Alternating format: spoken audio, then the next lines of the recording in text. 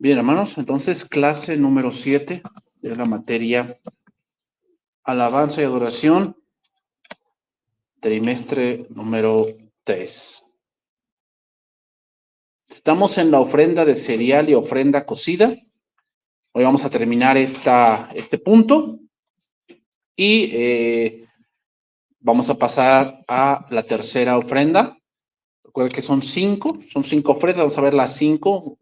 Espero Dios que me dé tiempo y terminaremos esta materia, ¿ok? Habíamos dicho que esta ofrenda de cereales es de flor de harina, lo cual significa el proceso de trituración para que sea harina, que lleva un proceso donde tenemos que moler el grano y después tiene que ser amasada con aceite. Eso significa que la parte de destrucción del hombre antiguo viene solo por estar en el espíritu. ¿Ok? El día de ayer, hablando con una persona, él me decía, es que todas las religiones son iguales, lo único que cambia es la manera en cómo te lo dicen. Dice, pero yo creo que todas las religiones es pues, que nos poseamos buenas personas, que seamos hombres que no tengamos problemas, que no busquemos el mal del prójimo, ¿no? Y se escucha muy bonito eso. Es una parte que hoy se tiene mucho, la teología liberal, eso es lo que predica. El problema con eso, hermanos, es que tú puedes ser por fuera una persona muy piadosa, supuestamente, pero Dios no está viendo lo que haces exteriormente. Lo que haces exteriormente es el resultado de lo que eres adentro.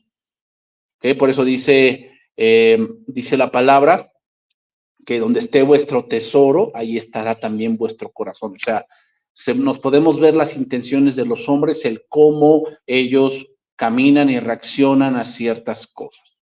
¿Ok? Entonces, vamos a ver el último ingrediente que se tiene aquí. El último ingrediente es el incienso. El incienso. Reiteradamente se dice que se pondrá incienso en ciertas partes del sacrificio. Bueno, en Apocalipsis 8:3, dice allí, otro ángel vino entonces y se paró ante el altar con un incensario de oro y se le dio mucho incienso para añadirlo a las oraciones de todos los santos sobre el altar de oro que estaba delante del trono. Y de la mano del ángel subió a la presencia de Dios el humo del incienso con las oraciones de los santos. Entonces, esto nos dice que la santificación está muy ligada a la oración, a la comunión con Dios. ¿Ok? O sea, parte del andar en el Espíritu es la comunicación con Dios. Es muy importante la comunicación con Dios. Y la comunicación con Dios no es lo que sientas. ¿Ok? Porque ahí tenemos otra cosa como que es que yo presentía. Eso no es Dios, ¿eh? O sea, eso del presentimiento no es Dios. Tú puedes presentir cosas por la experiencia, por vivencias pasadas, por cosas que quieres que sucedan. Entonces tienes presentimientos de algunas cosas. Y algunas cosas tienes razón. ¿Por qué? Por lógica y por experiencia. Pero eso no quiere decir que eso sea la voluntad de Dios. ¿Ok? Recuerden que la voluntad de Dios siempre se va a adaptar a lo que la palabra de Dios dice. Mira, Levíticos 2:2, ahí vemos donde se pone esto, ¿no? Dice, y la traerá a los sacerdotes, hijos de Aarón, y de ello tomará el sacerdote un puño lleno de flor de harina. Ahí vemos las tres cosas. Un puño lleno de flor de harina y del aceite con todo el incienso. Ahí están los 3 elementos. Y lo hará arder sobre el altar para memorial. Ofrenda encendida es de olor grato a Jehová. Entonces, el conjuntar las 3 cosas que vemos en este pasaje, viene una consecuencia y es adoración. Adoración. Número 1, flor de harina, es decir, una vida moldeada, una vida que ha sido triturada, una vida que ha sido moldeada a la imagen de Cristo. Número 2, aceite, que es el Espíritu Santo. Y número 3, incienso, que son las oraciones. Estos 3 ingredientes deben estar para dar una adoración genuina. Entonces podemos llegar a la conclusión que gente que no sabe adorar a Dios es porque no tiene alguna de esas 3 cosas.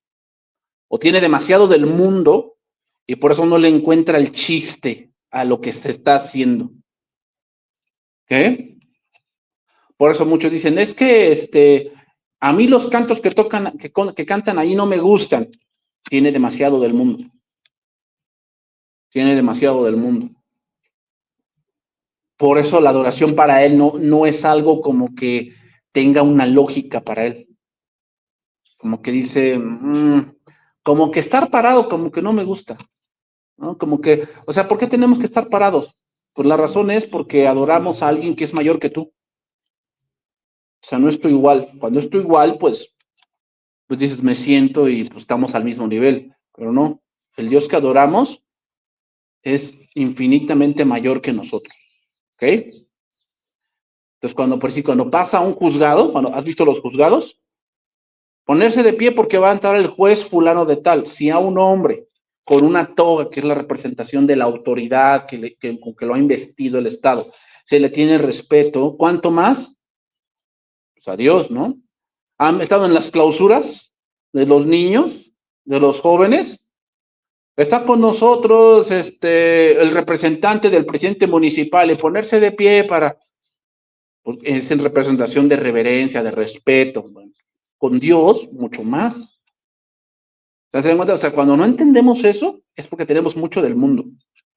Mucho del mundo. O sea, no conocemos bien a Dios, de verdad. Número 2, el Espíritu Santo. ¿Qué quiere decir? Habla de el estudio constante de las Escrituras. Cuando no tenemos esto, pensamos que la manera en que yo entienda de cómo adorar a Dios es lo correcto. Es lo correcto. ¿Por qué crees que Dios les dijo a los apóstoles, no se vayan de Jerusalén, sino quédense aquí hasta que venga el Espíritu Santo? ¿Cuál es la razón de eso? Porque sin el Espíritu Santo, los apóstoles pudieran predicar. ¿Cómo? A su manera. A su manera. O predicar. No era la primera vez que predicaban. ¿Se acuerdan que Dios los envió de 2 en 2? Y que iban a entrar a una aldea y Juan y Jacobo dijeron, Señor, ¿quieres que hagamos llover fuego del cielo? O sea, predicar no era la primera vez que lo hacían. O sea, era algo que ya tenían experiencia.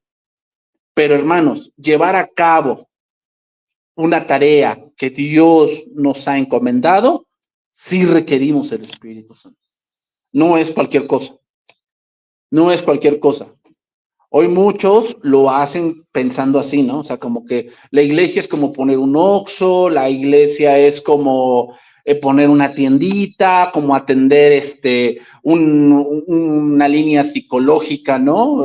Piensan que es así. No, no. Y número 3, el incienso.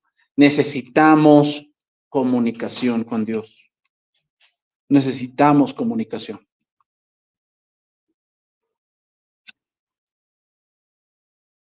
La oración también sirve, hermanos, para llevar nuestras cargas al Señor. Hay un estudio que dice que los cristianos que oraban más frecuentemente tenían menos tendencia a la depresión. Tenían menos tendencia. ¿Por qué? Porque no solamente es, hermanos, hablar con Dios y decirle, te pido, te pido, te pido. No, no. La oración también es para que tú hables con Dios y le digas lo que sientes. Él sí te entiende. O sea, le digas lo que está ocurriendo y que sabes que es algo que es mayor que tus fuerzas físicas. Pero muchas veces no hacemos eso porque pensamos que hablar con Dios es sentir debilidad. No, hermanos. No. Tenemos que ir a Dios. porque Él es el único que nos puede dar la fortaleza. Apocalipsis 5:8. Aquí vemos el resultado de esas tres cosas. Entonces, hermanos, cuando veamos que hay gente que dentro de la congregación que no sabe adorar a Dios, es porque le faltan alguna de estas tres cosas. O le falta ser triturado, le falta incienso o le falta aceite. Cualquiera de esas tres. Dice ahí Apocalipsis 5:8. Y cuando hubo tomado el libro, los 4 seres vivientes y los 24 ancianos se postraron delante del Cordero. Todos tenían arpas y copas de oro llenas de incienso, que son las oraciones de los santos, y cantaban un cántico nuevo, diciendo: digno eres de tomar el libro y de abrir sus sellos, porque tú fuiste inmolado y con tu sangre nos has redimido para Dios de todo linaje y lengua y pueblo y nación. Vamos a ver aquí, esta es una visión celestial que vio Juan en los cielos, o sea, el cántico celestial. Pero vemos ahí los 4 seres vivientes, los cuales para muchos representan los 4 evangelios. Los 4 evangelios. ¿Okay? Recuerden que los evangelios, hermanos, no son biografías de Jesús. O sea, el propósito de los evangelios no es decirnos que Jesús existió. No, el propósito de los evangelios es mostrarnos quién es Jesús y cómo se llevó a cabo ciertas cosas. Por decir, en Mateo, cómo Jesús cumple todas las promesas. En Marcos, cómo Jesús es la acción rápida de salvación de Dios. En Lucas, quién es el hombre perfecto. Y en Juan, Jesús es totalmente Dios. ¿Ok? Entonces, tenemos que entender esas 4 facetas del evangelio. Los 24 ancianos. Otros toman que los 24 ancianos significan 12 apóstoles y 12 patriarcas, o sea, el Antiguo y el Nuevo Testamento. Recuerden que el Antiguo Testamento es escrito por profetas, puro profeta en el Antiguo Testamento. Y en el Nuevo Testamento, los apóstoles escribieron el Nuevo Testamento. Por lo tanto, dice Efesios, fundado sobre el fundamento de los apóstoles y profetas. Entonces, tenemos que entender que lo que presentan los evangelios es el fundamento de la iglesia y es el fundamento de nuestra adoración. Es el fundamento de la adoración. Y ven lo que presenta esos 4 evangelios y todo lo que es la Biblia. Digno eres de tomar el libro y de abrir sus sellos, porque tú fuiste inmolado. O sea, tenemos que entender que toda la Biblia habla del sufrimiento del Cordero. ¿De qué habla también? De nuestra redención. Y con tu sangre nos has redimido. Y que esa redención es comprar un pueblo, no a base de oro y plata, sino a base de la sangre preciosa de Cristo. Tenemos que entender eso. Tenemos que entender eso. Y vean, el cántico se enfoca en el Cordero. No se enfoca en el hombre, ni en cosas que a lo mejor el hombre pudiese presumir. No, no, no. El cántico se enfoca en el Cordero.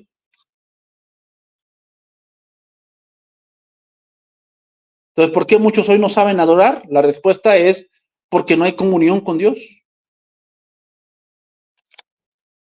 Porque no hay una vida guiada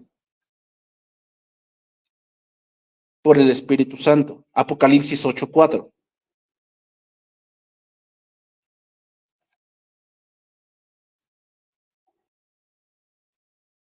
Y de la mano del ángel subió a la presencia de Dios el humo del incienso con las oraciones de los santos. Y el ángel tomó el incensario y lo llenó del fuego del altar y lo arrojó a la tierra, y hubo truenos y voces y relámpagos y un terremoto. Los versículos en el Apocalipsis nos dicen que una de las razones del juicio de Dios a esta tierra y a los hombres es la oración constante de los santos. La razón por la cual Dios envía todo el castigo en Apocalipsis, sí es una parte porque los hombres no reconocen a Dios, Pero otra parte importante es porque los santos oran por justicia. Oran por justicia. Y parece que no pasa nada. Pero, ¿qué? Sin duda Dios les hará justicia. De hecho, Jesús lo mencionó una vez. Le dijo, ustedes van a ver la destrucción del templo y Dios va a hacer justicia desde la sangre de Abel hasta la sangre del que menciona es el hijo de Joiada, quien mató este hombre Joás en el altar del templo. O sea, lo que está diciendo Jesús es que todos los profetas que vinieron y fueron muertos en Jerusalén, el pago de todo eso sería la invasión a Jerusalén por Tito en el año 70. Entonces, tomando esa parte, hasta este punto, la tribulación viene a estas personas por la muerte de los santos, que están orando constantemente por justicia.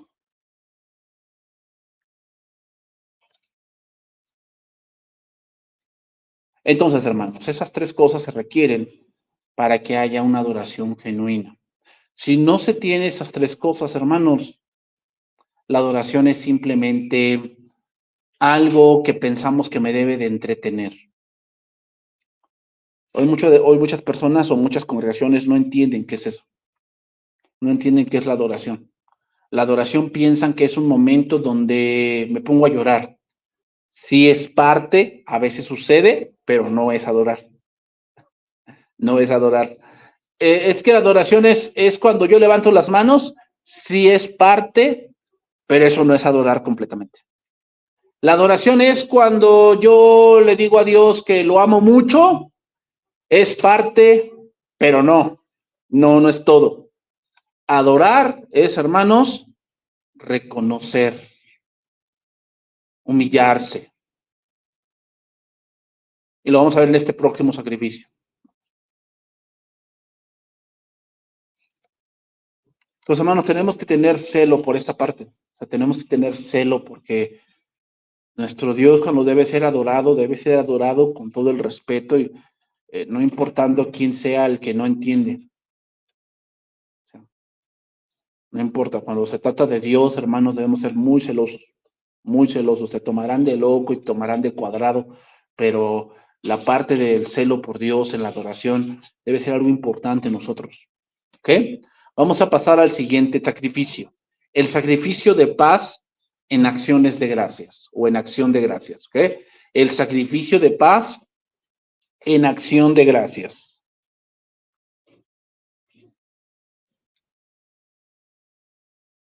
Levítico capítulo 3, verso número 1. Levítico capítulo 3, verso número 1. Vamos por el tercer sacrificio, el sacrificio de paz en acción de gracias. Dice ahí Levítico 3:1, si su ofrenda fuese sacrificio de paz, si hubiere de ofrendarla de ganado vacuno, sea macho o hembra, sin defecto la ofrecerá delante de Jehová. Voy a leer otro pasaje yo, Levítico 7:15. Y la carne del sacrificio de paz en acción de gracias se comerá en el día que fuese ofrecida. No dejarán de ella nada para otro día. Algo interesante de este sacrificio, hermanos, es que es el centro de todos. Tenemos primeramente, el que ya vimos, el holocausto. Ese fue el primero que vimos. Ya vimos la ofrenda de cereal, que fue el que acabamos de ver. Este es el que sigue, la ofrenda de acción de gracias. Luego sigue la expiación y luego sigue la ofrenda por el pecado. ¿Ok? Estos son los 5 que vamos a estar analizando. Pero es interesante que esta ofrenda de acción de gracias sea el centro de todas. Y esto nos muestra que el centro de todo, el sistema levítico, el sistema del Antiguo Testamento y de toda la Escritura, es Cristo. ¿Ok? Por eso la base de nuestra adoración, de nuestra gratitud, de nuestra alabanza, es Cristo. Es Cristo. No podemos dejar de repetir que es Cristo, que es Jesús. Esa es la base de toda reunión que tenemos. La base de toda reunión que tenemos es Jesús, no es la gente y no es llenar un lugar. Eso, hermanos, es obra de Dios, no es obra de los hombres. Si utilizamos estrategia de hombre, lo que va a ocurrir es esto. En Samuel, cuando Saúl va a atacar a los filisteos, dice que los israelitas no tenían espadas porque afilaban los filisteos todas las cosas de ellos. ¿Saben qué quiere decir?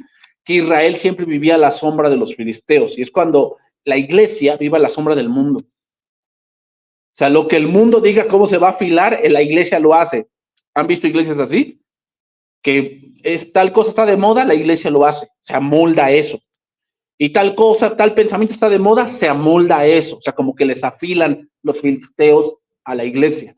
Cuando la iglesia quiere pelear contra el mundo, no tienen las armas para hacerlo, porque es el mundo quien dicta cómo se mueven las cosas. Eso no es adorar, hermanos. La adoración tiene que ver no con el pueblo, sino con Dios. Ese es el problema de la iglesia de hoy. ¿Cuál?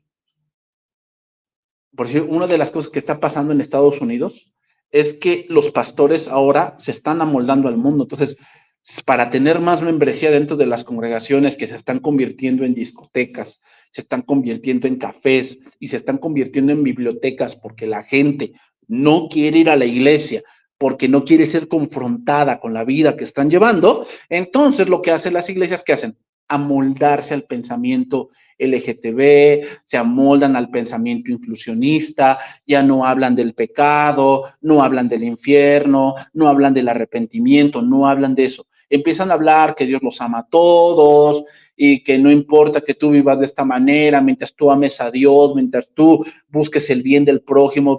Muchos dicen, no, es que yo conozco homosexuales que hasta son más buenos que un cristiano. Pues yo te diría, bueno, ¿en qué? Bueno, ¿en qué? No, pues es que ellos también ayudan a gente.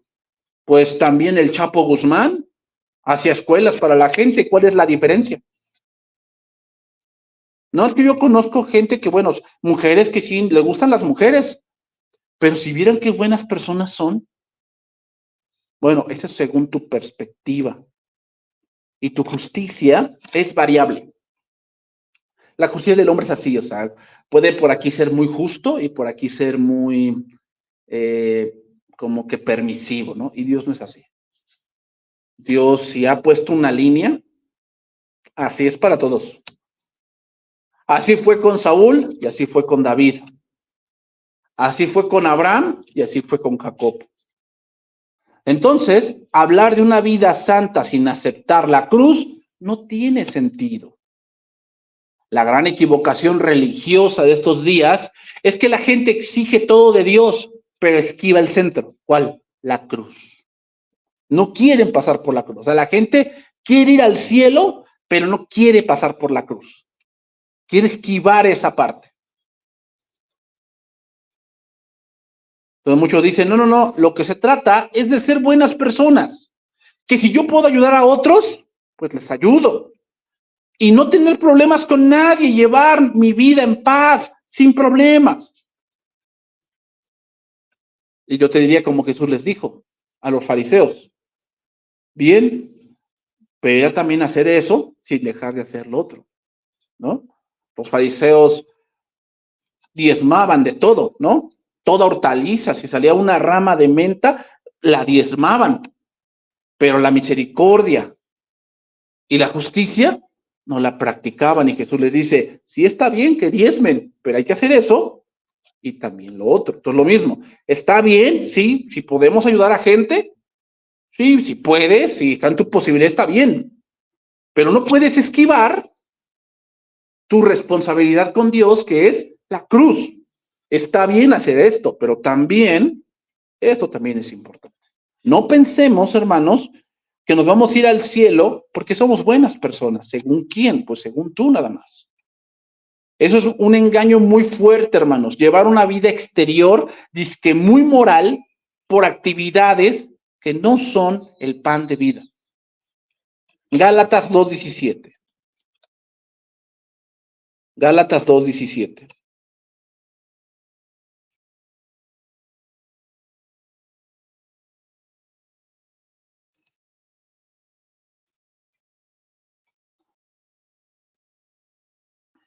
Entonces recuerden que la ley, hermanos, castigaba lo externo. Esa era la debilidad de la ley.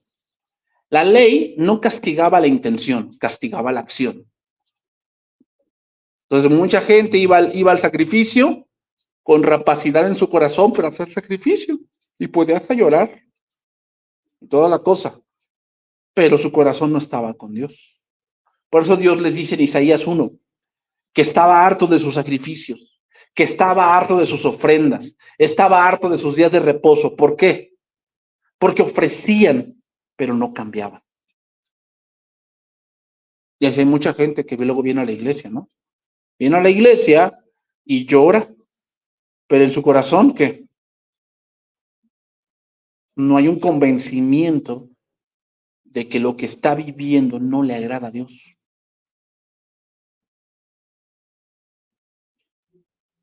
Y si buscando ser justificados en Cristo, aquí Pablo está hablando con Pedro, también nosotros somos hallados pecadores.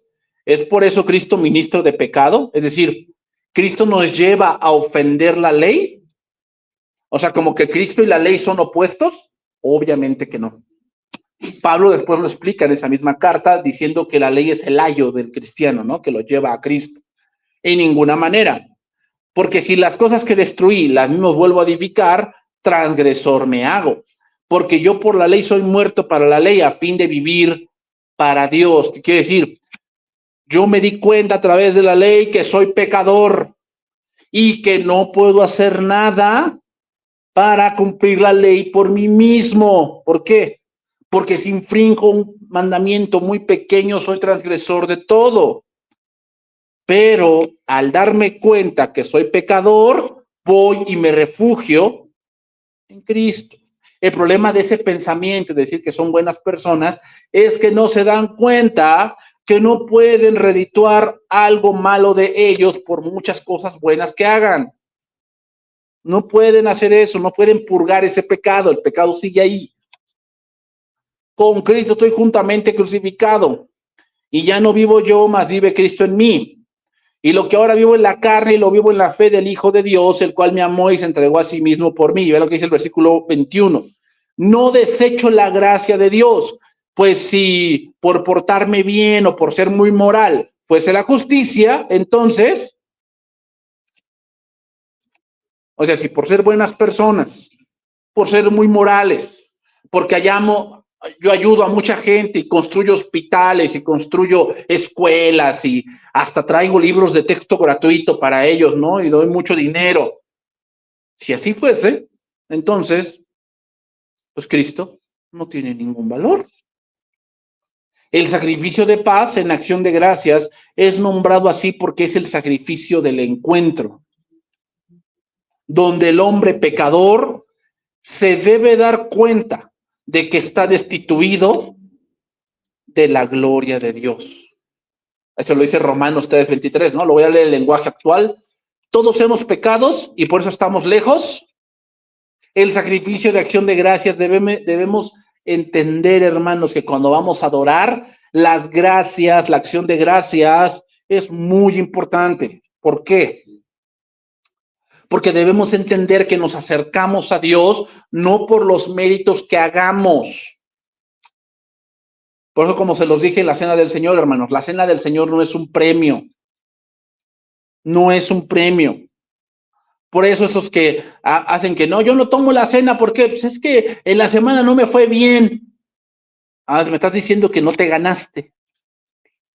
Perdóname, pero no es bajo tus méritos. No es bajo tus méritos. Es bajo el mérito de Jesucristo. ¿Se dan cuenta? O sea, la gente que hace eso no ha entendido la cena del Señor. No la ha entendido. Y sí, me tocó muchas veces verlo. Cómo la gente no comía de la Santa Cena y luego captabas que algo andaba mal con él, ¿no? Y eso está mal. ¿Por qué? Porque estás diciendo que hoy no te la ganaste. Y que estás diciendo, fíjate hasta dónde estás llegando. Estás diciendo que el sacrificio de Cristo esta semana no fue suficiente. No fue suficiente. Entonces, hermanos, tenemos que entender que el sacrificio de acción de gracias es entender que algo me falta. Fíjate, sacrificio de paz en el hebreo significa completar.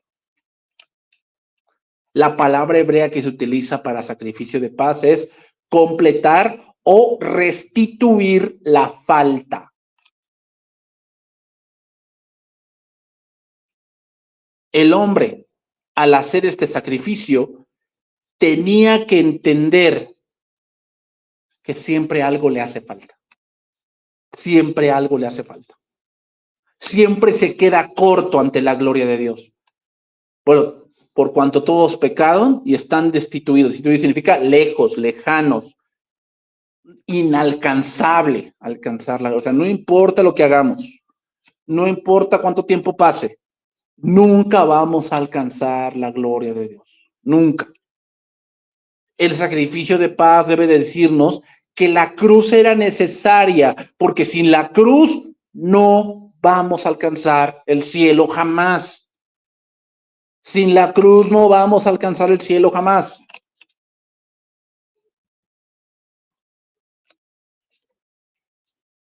Levítico 3:2. Pondrá su mano sobre la cabeza de su ofrenda y la degollará a la puerta del tabernáculo de reunión. Y los sacerdotes, hijos de Aarón, rociarán su sangre sobre el altar alrededor. Entonces, cuando el hombre ponía su mano sobre el sacrificio y se identificaba con el sacrificio, traía a Dios ¿qué? Lo que le faltaba. Señor, esto me falta. Entonces entendemos que cuando venimos a la iglesia es porque algo nos falta. Y cuando no venimos un domingo y sentimos esa falta, es por eso. Porque, hermanos, el motivo de la reunión dominical o de las reuniones que tenemos, sí es edificar la iglesia, pero parte de esa edificación es porque como creyentes algo nos falta. Y venimos aquí a presentarnos delante de Dios por medio de Jesucristo, sabiendo que eso es lo que nos falta. Toda la Biblia tiene este mensaje, donde debemos entender que delante de Dios nos hace falta todo, que siempre nos quedamos cortos, pero Dios el Padre proveyó eso, que ni en 1,000,000 de años nosotros pudiésemos alcanzar. Y vamos a ver un pasaje aquí para ver este ejemplo. Segundo libro de Samuel, capítulo 9. Segundo libro de Samuel, capítulo 9.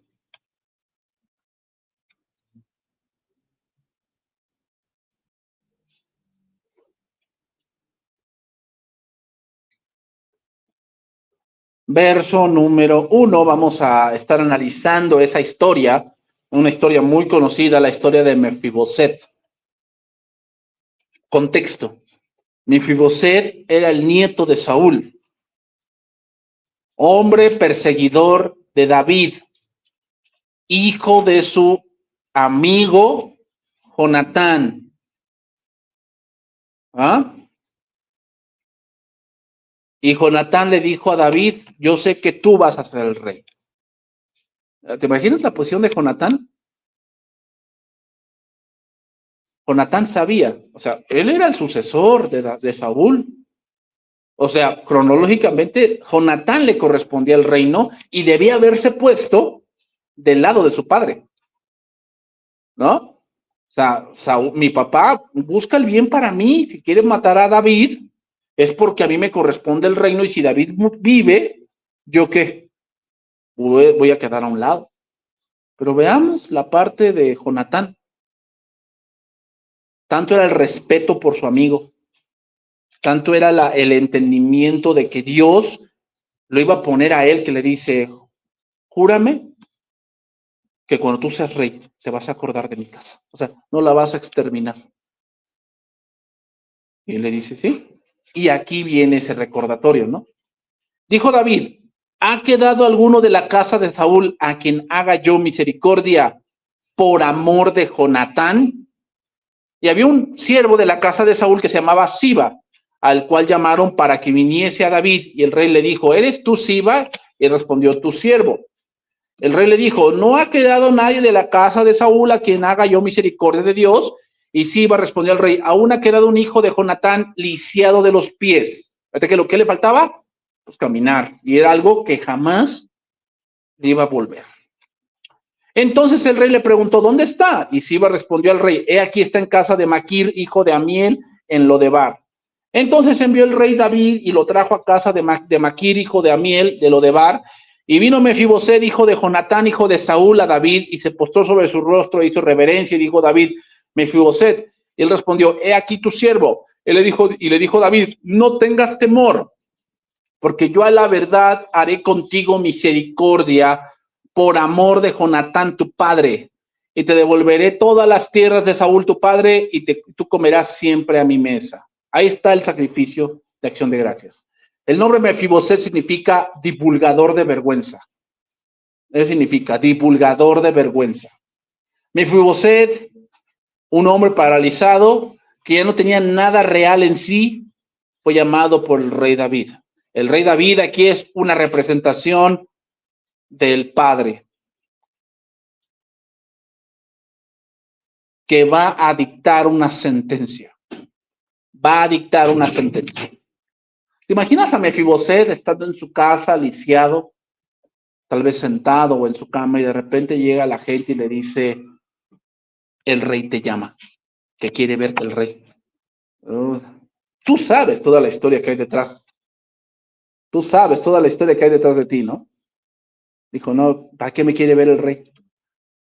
O sea, ¿cómo te ponías cuando te mandaban a llamar al director? O que, oye, te habla tu papá. O te habla el pastor. Le dices, no, pues algo que... Luego lo que viene a tu mente es, ¿qué hice mal? ¿No? ¿Qué hice mal? Pues yo pienso que Mefiboset también lo pensó. Cuando le dijeron, te llama David. Uy, no, pero le voy a decir que pues yo no tuve la culpa, que yo ni a mi abuelo conocí, o cosas así, ¿no? El vínculo que había entre Mefiboset y David, ¿cómo se llamaba? Jonatán. El nombre Jonatán significa don del Señor. Don del Señor.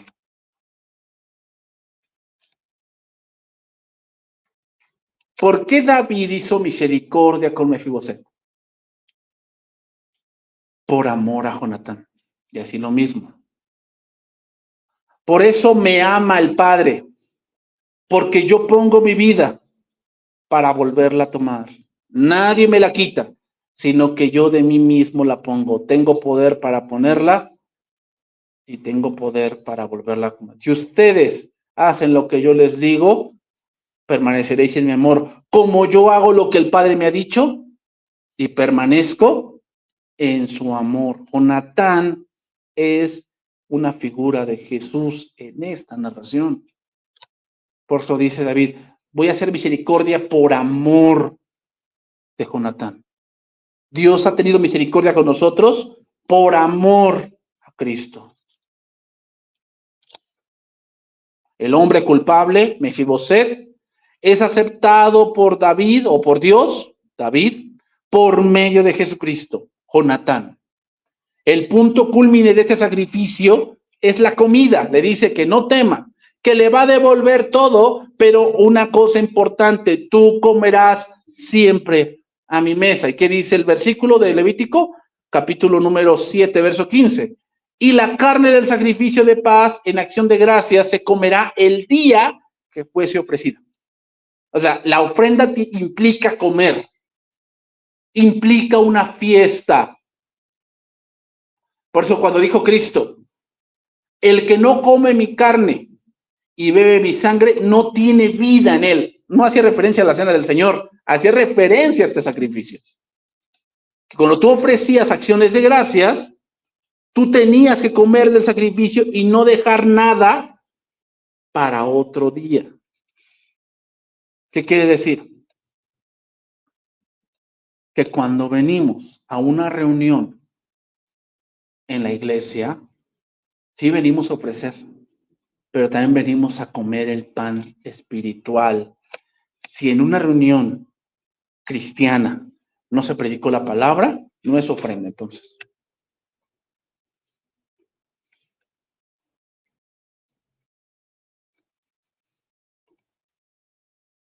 Nuestro más profundo anhelo queda satisfecho, pues nuestra comunión es con el Padre y el Hijo. David habría podido o tenido el derecho de castigar y ejecutar a Mefiboset, pues este es el culpable, el miserable. Sin embargo, sucede lo contrario. ¿Por qué? Por amor a Jonatán. Mefiboset durante ese tiempo vivió siempre en Jerusalén.